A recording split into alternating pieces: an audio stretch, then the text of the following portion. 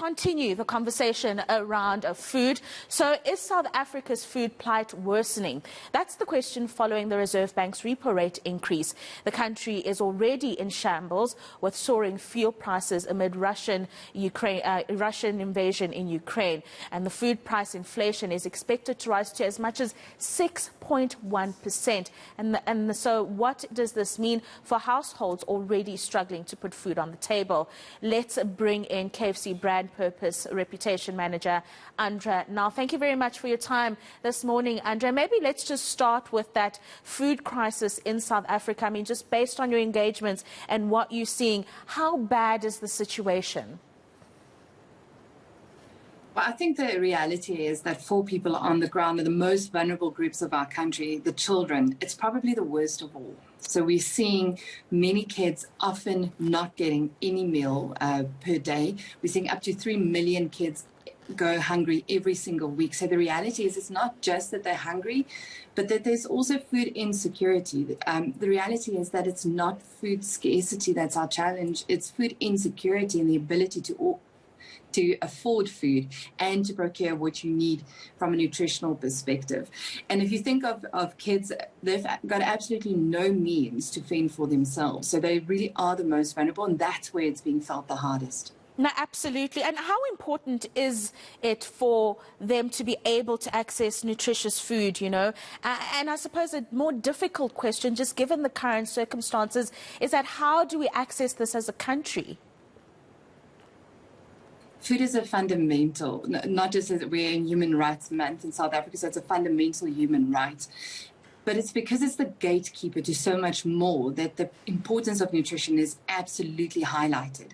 So what we are seeing is we're seeing that children, when they have that meal, they're able to realize their potential, make the most of the opportunities that they do get. But if you are a child that is hungry, not only are you unable to meet your basic developmental milestones, which will ultimately result in you being an adult that can make a positive contribution to the economy and be a meaningful part of society. But you're also in the short term, kids don't have confidence to play with their friends, make friends, they don't have the ability to concentrate in class or learn and make a better life for themselves.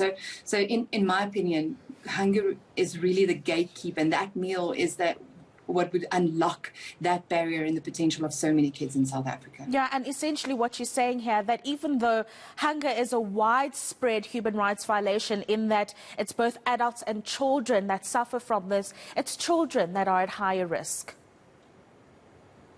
Absolutely, and I think it's twofold. So firstly, they don't have the ability to, do something about it or create a better life for themselves. So they are really dependent on adults stepping up and, trying to find a way for them to have that basic meal.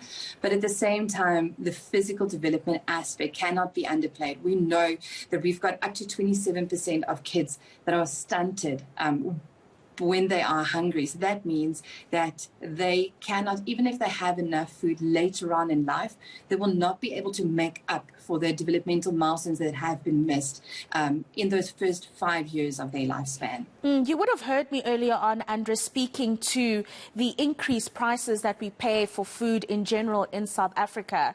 So the conversation around finding a solution is a very difficult one. What are some of the solutions, if any, in the current climate? So I think it does seem insurmountable. If we hear the stats of 3 million kids having gone hungry in the last week and 600,000 every single day, it feels like it's this massive problem and that we're not quite sure what to do about it. So in the long run, I do think we need to, do everything we can to build the economy, create those jobs, and unlock the ability for people to afford the basic meal every single day. But in the short run, there's something quite meaningful that we can do as a society around making a difference. And I believe all of us have got to do the little bit that we can. So sometimes it feels insurmountable. We want to help, but we're not quite sure how to.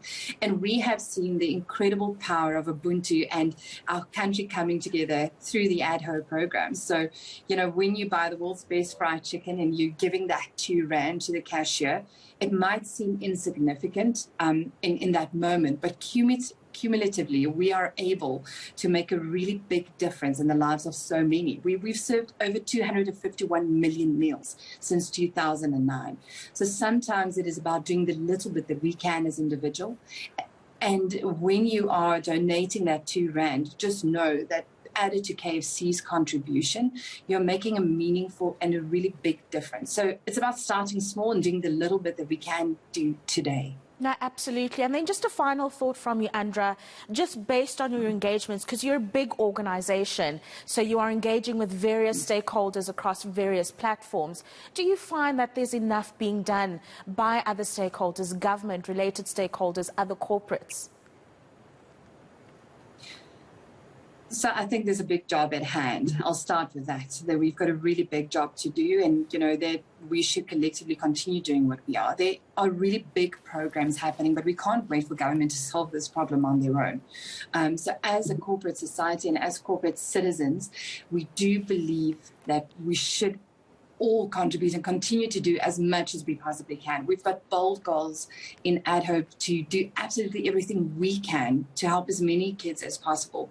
We know as a business, we are because of the people of South Africa, and that business cannot succeed in societies that fail. That means we have to do everything we can for the generation of today, but also the generation of tomorrow.